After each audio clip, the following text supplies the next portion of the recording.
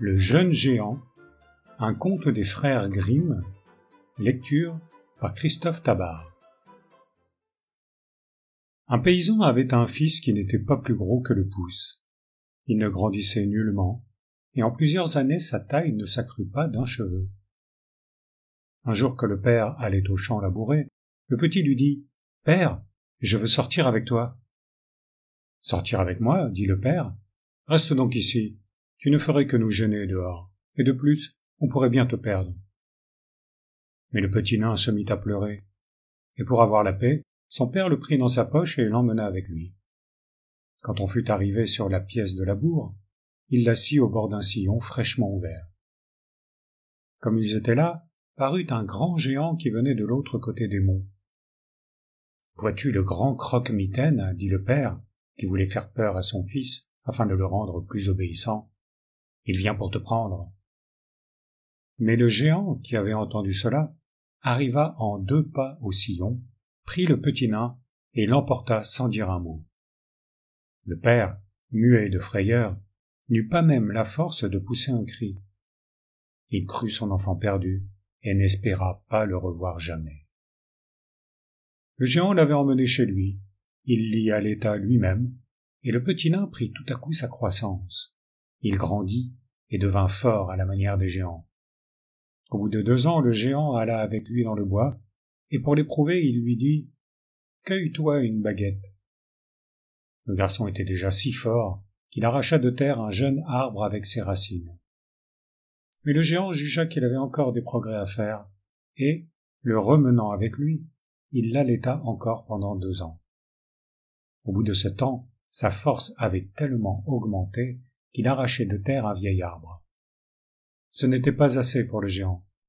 Il l'allaita encore pendant 2 autres années, au bout desquelles il alla au bois avec lui et lui dit « Cueille-toi un bâton de grosseur raisonnable. » Le jeune homme arracha de terre le plus gros chêne de la forêt, qui fit entendre d'horribles craquements, et un tel effort n'était qu'un jeu pour lui. « C'est bien, dit le géant, ton éducation est faite. » Et il le ramena sur la pièce de terre où il l'avait pris. Son père était occupé à labourer quand le jeune géant l'aborda et lui dit « Eh bien, mon père, votre fils est devenu un homme. » Le paysan, effrayé, s'écria « Non, tu n'es pas mon fils. Je ne veux pas de toi. Va-t'en. »« Oui, je suis votre fils. Laissez-moi travailler à votre place. Je labourerai aussi bien et mieux que vous. »« Non, non, tu n'es pas mon fils et tu ne sais pas labourer. Va-t'en. » Mais comme il avait peur du colosse, il quitta sa charrue et se tint à distance. Alors le jeune homme, saisissant l'instrument d'une seule main, appuya dessus avec une telle force que le soc s'enfonça profondément en terre. Le paysan ne put s'empêcher de lui crier « Si tu veux labourer, il ne faut pas enfoncer si avant, cela fait un mauvais travail. » Alors le jeune homme détela les chevaux et s'attela lui-même à la charrue en disant à son père « Allez à la maison et recommandez à ma mère de m'apprêter un dîner copieux. Pendant ce temps-là, je vais achever de labourer cette pièce. » Le paysan, de retour chez lui, transmit la recommandation à sa femme. Quant au jeune homme, il laboura le champ, qui avait bien 4 arpents, à lui tout seul. Et ensuite il le herça en traînant 2 herses à la fois. Quand il eut fini, il alla au bois, arracha 2 chênes qu'il mit sur ses épaules, et, suspendant à l'un les 2 herses et à l'autre les 2 chevaux, il emporta le tout chez ses parents, aussi aisément qu'une botte de paille. Lorsqu'il fut entré dans la cour, sa mère, qui ne le reconnaissait pas, s'écria « Quel est cet affreux géant ?»« C'est notre fils, dit le paysan. »« Non, dit-elle, notre fils n'est plus.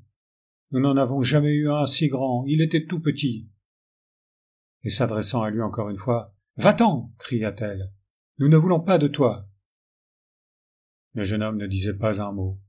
Il mit ses chevaux à l'écurie, leur donna du foin et de l'avoine, et fit pour eux tout ce qu'il fallait. Puis quand il eut fini, il entra dans la chambre, et, s'asseyant sur un banc, « Mère, dit-il, j'ai faim. Le dîner est-il prêt ?»« Oui, répondit-elle, en mettant devant lui 2 grands plats tout pleins, qui auraient suffi à nourrir pendant 8 jours elle et son mari. Le jeune homme eut bientôt mangé tout, et il demanda s'il n'y en avait pas encore. Non, c'est tout ce que nous avons. C'était pour me mettre en appétit, il me faut autre chose. Elle n'osa pas lui résister, et mit au feu une grande marmite pleine de lard qu'elle servit dès qu'il fut cuit. À la bonne heure, dit-il, voilà une bouchée à manger. Et il avala tout, sans que sa faim en fût encore apaisée. Alors il dit à son père, je vois bien qu'il n'y a pas chez vous de quoi me nourrir. Procurez-moi seulement une barre de fer assez forte pour que je ne la brise pas sur mon genou, et je m'en irai courir le monde. Le paysan était ravi. Il attela ses 2 chevaux à sa charrette et rapporta de chez le forgeron une barre de fer si grande et si épaisse que c'était tout ce que les chevaux pouvaient porter. Le jeune homme la prit, et ratch, il la brisa sur son genou comme un fétu, et jeta les morceaux de côté. Le père attela 4 chevaux, et rapporta une autre barre de fer qu'ils avaient peine à traîner. Mais son fils la brisa encore sur son genou en disant « Celle-ci ne vaut rien encore, allez m'en chercher une plus forte. » Enfin le père mit 8 chevaux, et en rapporta une que l'attelage transportait à peine. Quand le fils l'eut prise dans sa main, il en cassa un petit bout à l'extrémité et dit à son père « Je vois bien que vous ne pouvez pas me procurer une barre de fer comme il m'en faut. Je m'en vais de chez vous. » Pour courir le monde, il se fit compagnon forgeron. Il arriva dans un village où il y avait un forgeron avare, ne donnant jamais rien à personne et voulant toujours tout garder pour lui tout seul. Il se présenta dans sa forge et lui demanda de l'ouvrage. Le maître était ravi de voir un homme si vigoureux, content qu'il donnerait un bon coup de marteau et gagnerait bien son argent. « Combien veux-tu de gages ?» lui demanda-t-il. « Rien, » répondit le garçon. « Seulement, à chaque quinzaine, quand on payera les autres, je veux te donner 2 coups de poing que tu seras obligé de recevoir. » L'avare était enchanté du marché qui épargnait son argent. Le lendemain, ce fut au compagnon étranger à donner le premier coup de marteau. Quand le maître eut apporté la barre de fer rouge, il frappa un tel coup que le fer s'écrasa et s'éparpilla, et l'enclume en fut enfoncée en terre si profondément qu'on ne put jamais la retirer. Le maître en colère lui dit « Tu ne peux pas faire mon affaire, tu frappes trop fort.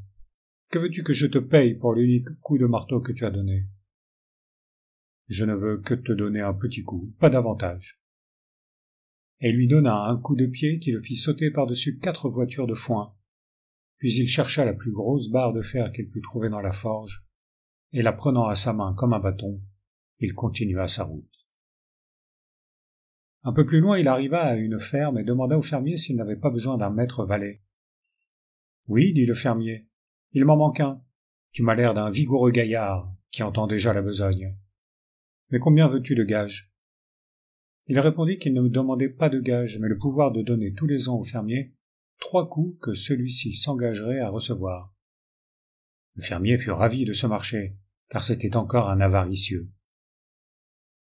Le lendemain matin, il fallait chercher du bois dans la forêt. Les autres valets étaient déjà debout, mais notre jeune homme était encore couché dans son lit. Un d'eux lui cria « Lève-toi, il est temps, nous allons au bois, il faut que tu viennes avec nous. »« Allez devant, répondit-il brusquement, je serai encore de retour avant vous. » Les autres allèrent trouver le fermier et lui racontèrent que son maître valet était encore couché et ne voulait pas les suivre au bois. Le fermier leur dit d'aller l'éveiller encore une fois et de lui donner l'ordre d'atteler les chevaux. Mais le maître valet répondit de nouveau « Allez devant, je serai de retour avant vous. » Il resta couché encore 2 heures. Au bout de ce temps, il se leva, alla cueillir 2 boisseaux de pois et s'en fit une bonne bouillie qu'il mangea paisiblement. Après quoi il attela les chevaux pour conduire la charrette au bois. Pour arriver à la forêt, il fallait prendre un chemin creux. Il y fit d'abord passer sa charrette, puis, arrêtant les chevaux, il revint par derrière et boucha la route avec un abatis d'arbres et de broussailles, si bien qu'il n'y avait plus moyen de passer. Quand il entra dans la forêt, les autres s'en retournaient avec leurs charrettes chargées. Il leur dit « Allez, allez toujours, je serai à la maison avant vous. » Et sans pousser plus loin, il se contenta d'arracher 2 arbres énormes qu'il jeta sur sa charrette, puis il prit le chemin du retour. Quand il arriva devant la bâtie qu'il avait préparée, les autres y étaient arrêtés et ne pouvaient pas passer.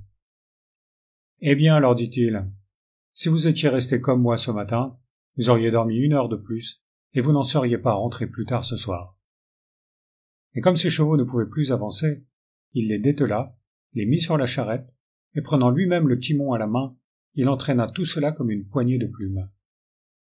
Quand il fut de l'autre côté, « Vous voyez, dit-il aux autres, que je m'en tire plus vite que vous. » Et il continua son chemin sans les attendre. Arrivé dans la cour, il prit un arbre à sa main et le montra au fermier en disant « N'est-ce pas une jolie bûche ?»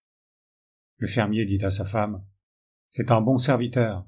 S'il se lève plus tard que les autres, il est de retour avant eux. » Il servit le fermier pendant 1 an. Quand l'année fut expirée et que les autres valets reçurent leurs gages, il demanda aussi à se payer des siens. Mais le fermier, terrifié de la perspective des coups à recevoir, le pria instamment de lui en faire remise, lui déclarant qu'il aimerait mieux devenir lui-même son valet et le faire fermier à sa place. « Non, répondit-il, je ne veux pas être fermier. Je suis maître valet et je veux rester tel. Mais ce qui a été convenu doit être exécuté. » Le fermier offrit de lui donner tout ce qu'il demanderait, mais ce fut en vain. Il répondit toujours non. Le fermier, ne sachant plus à quel saint se vouer, réclama un répit de 15 jours pour chercher quelque échappatoire. L'autre y consentit. Alors le fermier rassembla tous ces gens et leur demanda conseil. Après y avoir longuement réfléchi, ils répondirent qu'avec un tel maître valet, personne n'était sûr de sa vie, et qu'il tuerait un homme comme une mouche. Ils étaient donc d'avis qu'il fallait le faire descendre dans le puits, sous prétexte de le nettoyer, et, une fois qu'il serait en bas, lui jeter sur la tête des meules de moulin qui étaient déposées près de là, de façon à le tuer sur la place. Le conseil plut au fermier, et le maître valet s'apprêta à descendre dans le puits. Quand il fut au fond, ils lui jetèrent des meules énormes, et il lui croyait la tête écrasée. Mais il cria d'en bas « Chassez les poules de là-haut, elles grattent dans le sable et m'en envoient des grains dans les yeux. J'en suis aveuglé. » Le fermier fit « Tchou, tchou !» comme s'il avait chassé les poules.